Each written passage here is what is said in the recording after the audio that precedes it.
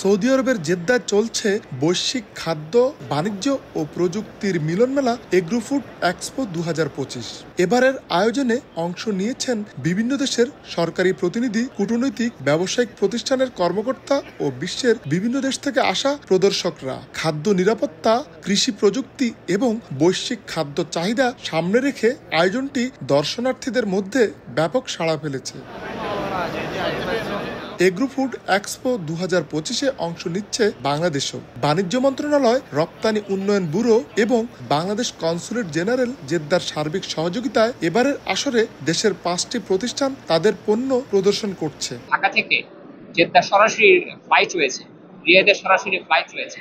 সুতরাং আমরা এই সুযোগটি কাজে লাগিয়ে বাংলাদেশি পণ্য বেশি বেশি করে জেদ্দার সৌদি আরবের মাটিতে আসবে, এটাই হোক আমাদের কামনা। উদ্বোধনের প্রথম দিনই বাংলাদেশি পণ্যের গুণগত মান ও বৈচিত্র্য দর্শনার্থীদের নজর কাড়ে। অনুষ্ঠানে উপস্থিত প্রবাসীরা মনে করেন, আন্তর্জাতিক পর্যায়ে এ ধরনের মেলায় অংশগ্রহণ মধ্যপ্রাচ্যের বাজারে বাংলাদেশি কৃষি পণ্যের রপ্তানির সম্ভাবনাকে আরো বিস্তৃত করবে। এছাড়া বিভিন্ন দেশের সাথে কৃষি ও খাদ্য নিরাপত্তা বিষয়ক সহযোগিতা আরো জোরদার হবে বলেও জানান তারা। বাংলাদেশ অংশগ্রহণের মাধ্যমে বাংলাদেশের কৃষি ও খাদ্য পণ্যের স্বনির্ভরতা, কৃষি ও খাদ্য পণ্যের সাফল্য, যা আমরা সৌদি আরবের বাজারে প্রবেশের সাথে সাথে আমরা তা এই বাজারের সাথে কোলাবোরেশন করতে পারি। এখানে আমরা সম্পূর্ণ এগ্রো বেস প্রোডাক্ট নিয়ে এসেছি। এখানে আমাদের সবচেয়ে বড় যে প্রোডাক্টটা সেটা হচ্ছে অ্যাসেপ্টিক ম্যাঙ্গো পাল্প, যেটা আমরা মালয়েশিয়াতে অলরেডি এক্সপোর্ট করছি। আমরা চেষ্টা করতেছি যে ভালো কিছু করার জন্য, দেশের জন্য, দেশের কিছু জিনিস আমরা এক্সপোর্ট করলাম,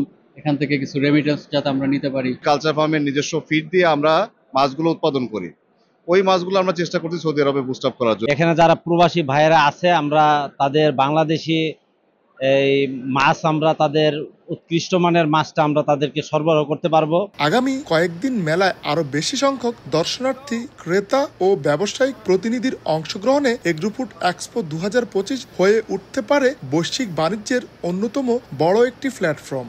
জেদ্দায় এগ্রোফুড এক্সপো 2025 হবে বিশ্ববাজারে বাংলাদেশের সম্ভাবনার নতুন দুয়ার। আরিফুর রহমান, সময় সংবাদ, সৌদি আরব।